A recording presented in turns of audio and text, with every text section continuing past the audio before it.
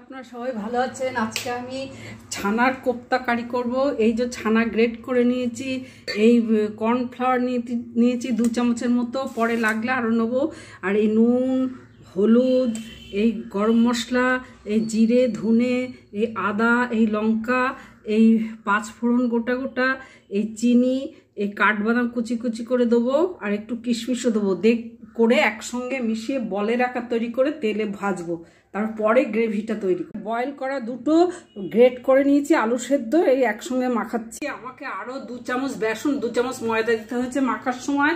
আর এই ফোড়নগুলো জিরে, মৌরি, গোলমরিচ, তেজপাতা, শুকনো লঙ্কা, হিং ফোড়ন দেবো। আর এই আদা, শুকনো লঙ্কা, কাশ্মীরি লঙ্কা, জিরে, ধনে, হলুদ আর এইগুলো দিয়ে মশলা দিয়ে একটু জল দিয়ে কষবো। লাস্টে মালাই আর গরম মশলা দেবো, এই মিষ্টিও দেবো দিয়েছি, গোটা গরম মশলা মালাই দিয়ে তরকারি হয়ে গেছে। সাদা সাদাগুলো মালাই আমি জাবিত্রীও ফোড়নে দিয়েছিলাম।